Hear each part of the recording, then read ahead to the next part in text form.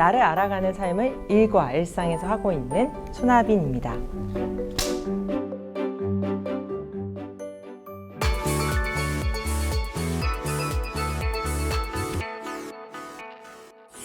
오늘 행복해지는 방법을 좀 알고 싶어요 라는 주제를 가지고 강의를 하게 됐는데 행복에 대해서 관심 없는 현대인이 있을까 싶어요.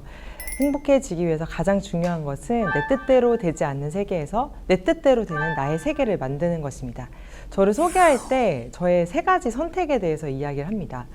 제가 이제 스스로 선택할 수 있는 나이에 회사를 들어가면서 회사 3군데를 선택을 했어요. 첫 번째 회사가 IBM이라는 회사였습니다.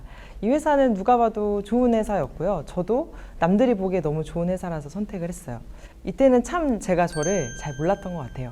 남들이 아무리 좋다고 해도 행복하지 않더라고요. 조금 더 내가 좀 행복해질 수 없을까 생각해서 선택한 2번째 회사는 바로 에어비앤비였는데요.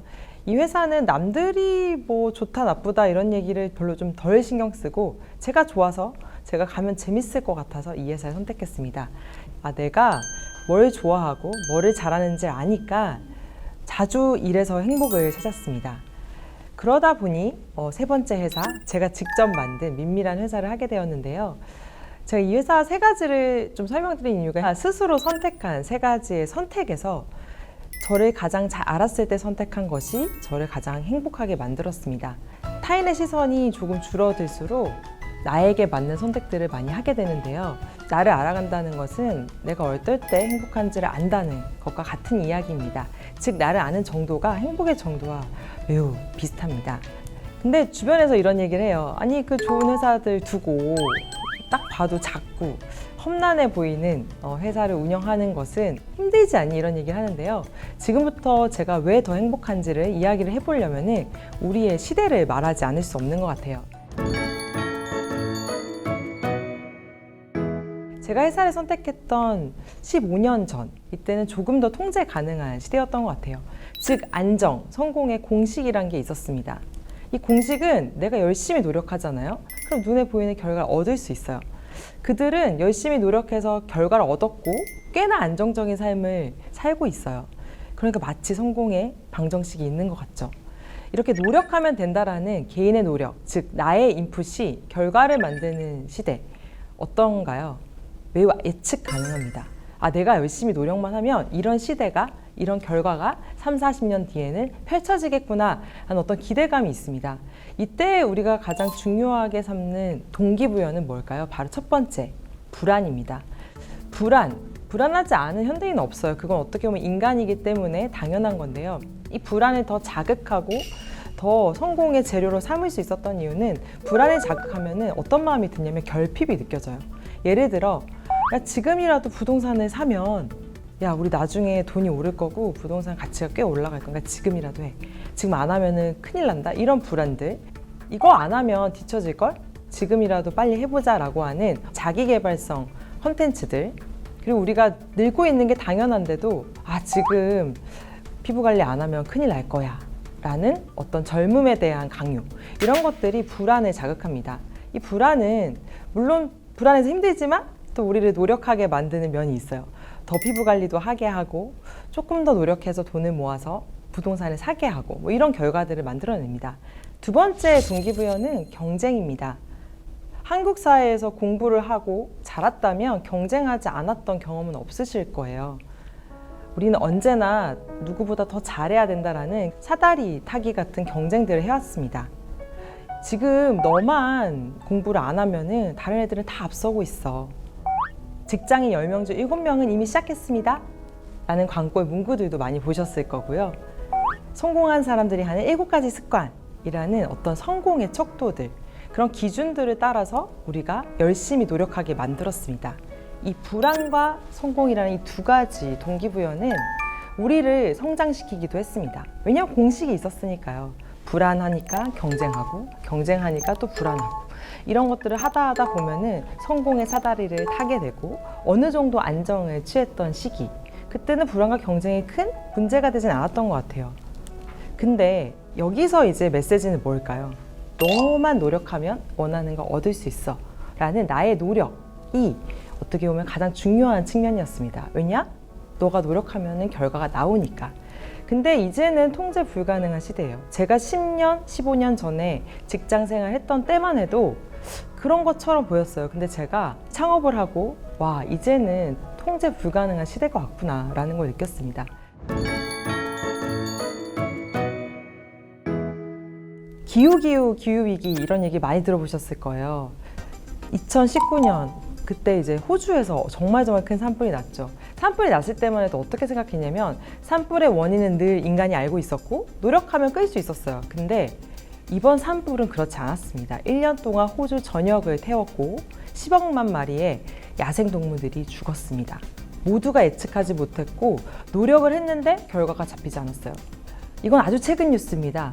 스위스 블라텐 마을이 빙하가 녹아서 완전 마을이 잠식했어요. 마을 주민들이 이거를 몰랐을까요? 빙하가 녹을 거야. 우리는 나중에 좀 위험해질 수도 있어 라는 예측은 있었겠지만 이렇게 갑자기 왔을 거라고 생각하지 않았을 겁니다. 지금 우리는 호주, 스위스 사례를 보고 있는데 이거 우리 주변에 일어난 일도 아니고 뭐 언젠가는 뭐 일어나겠지 이렇게 생각하실 수도 있지만 이 코로나는 전 세계 인구, 전 세계 시민들이 겪었던 하나의 위기였습니다. 2020년에 일어나서 3년 동안 우리 모두의 몸과 발을 묶었던 사건이죠. 제가 이때 사업을 시작했는데 제가 잊을 수가 없습니다. 왜냐하면 사업을 시작할 때 다 그랬어요. 곧 끝날 거야. 근데 3년간 끝나지 않았습니다. 이 코로나는 수많은 사람들이 예측을 했지만 계속 우리의 결과를 비껴나가고 우리의 삶을 통째로 바꿔버렸습니다. 이런 것들이 바로 정해진 답도 경로도 없는 시대라는 거예요. 아마 이런 일들은 너무 많이 일어날 거예요. 그러면 우리가 이제 원래 사용했던 동기부여, 불안과 경쟁을 계속 사용해야 될까요? 이제 더 이상 그것은 안정, 성공의 연료가 되지 않습니다. 이런 거예요. 경쟁을 막 해요. 경쟁하는데 내 옆에 경쟁하던 애를 따라간다고 해서 답이 정해져 있지도 않은 거예요. 그럼 또 불안한 거예요. 그래서 누구를 보고 내가 가야 되지? 왜냐하면 모두 다른 각자 도생하면서 길을 가고 있거든요. 불안합니다. 불안이 가중하면은 또 노력을 하죠. 근데 우리가 항상 노력을 했을 때 결과가 나왔었어요. 근데 지금의 시대는 노력만으로 결과가 나오지 않으니까 어떻게 되냐면요.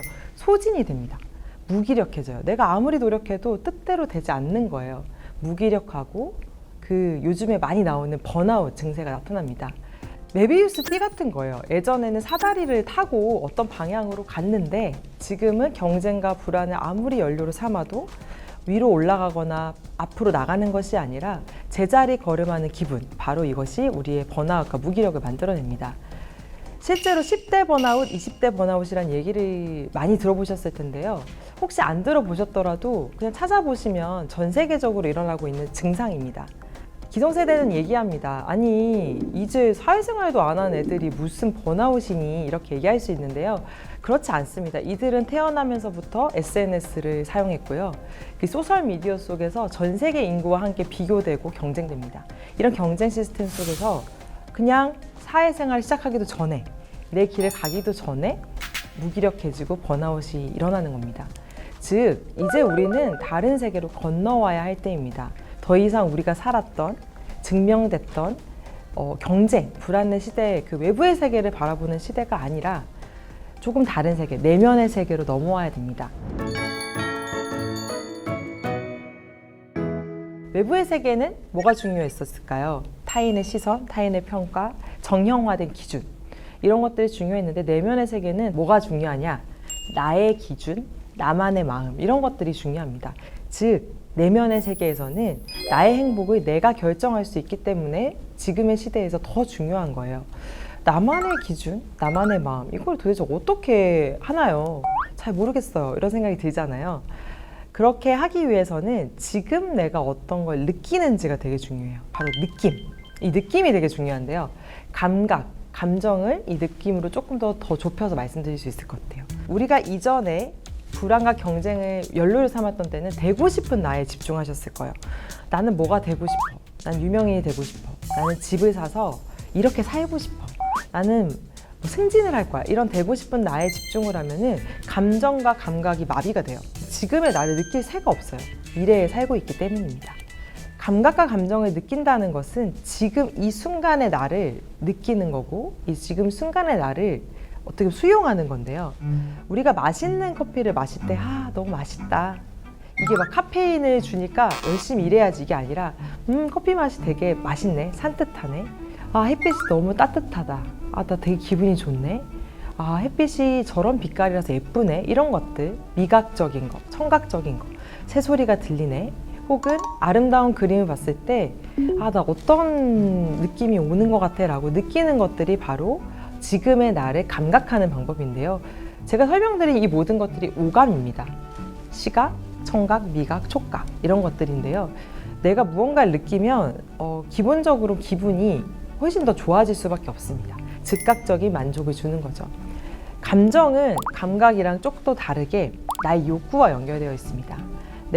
내 마음이 느끼는 거죠. 아까는 좀 몸이 느끼는 거였다면은 지금 이제 마음이 느끼는 게 감정입니다. 마음이 느낀다는 건 뭘까요? 예를 들면 회의 시간에 무슨 얘기를 했는데 사람들이 내 얘기를 듣지 않는 것 같은 거예요. 화가 나요. 그러면 이 화가 나는 감정이 어떤 욕구를 말하는 거냐면요. 나 좀 사람들이랑 얘기하고 싶어. 나 참여하고 싶어. 내 얘기를 듣는 존중감을 느끼고 싶어라는 내 욕구가 발현이 되는 겁니다. 결국은 이 기분이 나쁘다라는 거는 나쁜 것만이 아니라 내가 이런 걸 원하고 있구나라는 감정, 즉 욕구를 말해줍니다. 그래서 감정을 느끼는 게 되게 중요합니다.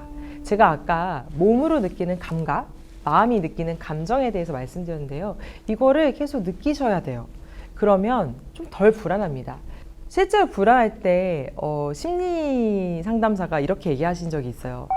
너무 불안하잖아. 그러면은 땅바닥에 몸을 완전 딱 붙여가지고 누워보래요.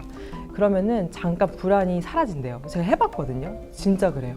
왜 그럴까요? 몸이 바닥에 닿는 순간 촉각이 느껴집니다. 이 촉각에 집중하느라고 이 불안이 잠깐 사라지는 거예요. 그래서 우리는 감정과 감각을 느끼게 되면은 즉각적인 만족감이 올라오고요. 나를 돌본다라는 충분한 마음이 생깁니다. 그래서 행복이 더 자주 찾아오는 거예요. 우리가 감정과 감각을 느끼면 오늘 나는 그랬구나 라고 들어주게 됩니다. 이렇게 자꾸 들어주면은 내일이 기다려져요. 내일은 이런 걸 해주면 되겠네 라는 생각이 듭니다.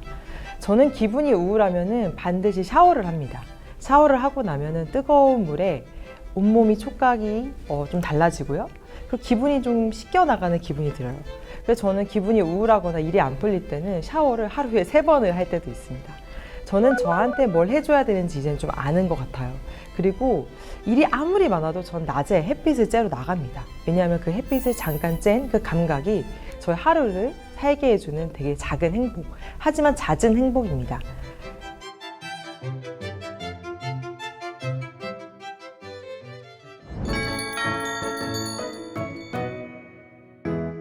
지금까지 제가 말씀드렸던 거는 통제 불가능한 시대에 우리가 살 수 있는 공식을 말씀드렸습니다. 나에게 집중하세요. 이 집중하는 방법은 단 2개입니다. 지금의 나에 머무는 것인데요. 감각 그리고 감정이 내가 조금 더 들여다보는 습관을 들이는 겁니다. 그러면은 아마 생각보다 잦은 행복이 찾아오실 거고요. 바깥에 무슨 일이 일어나도 오늘 내가 할 수 있는 것들을 하게 되실 거예요. 저는 코로나 기간 때 많은 사람들을 만났어요. 어떤 사람들은 매일매일 우울해하면서 진짜 너무 사람 만나고 싶은데 만날 수도 없고 너무 답답해, 우울해, 무기력해 이렇게만 있으셨던 분이 있고요. 무기력하다. 근데 내가 커피를 좋아하니까 커피를 내리는 기계를 사가지고 나 집에서 커피 마셔야지. 커피 마시면서 일기를 써볼까? 이런 식으로 내가 느끼는 감각에 집중하시는 분들이 있었어요. 여행을 갈 수는 없지만 바깥에 산책을 하면서 내가 평소에는 눈여겨보지 않았던 동네를 걸어다니면서 새로운 것을 발견하시는 분도 있었습니다. 같은 코로나 상황이 와도 그 사람이 느끼는 반응은 다를 수 있습니다. 우리의 반응을 우리가 결정하는 삶이 행복한 삶이 아닐까요? 지금부터 나의 삶을 위해서 조금이라도 더 느끼는 순간들을 많이 만드시기 바랍니다.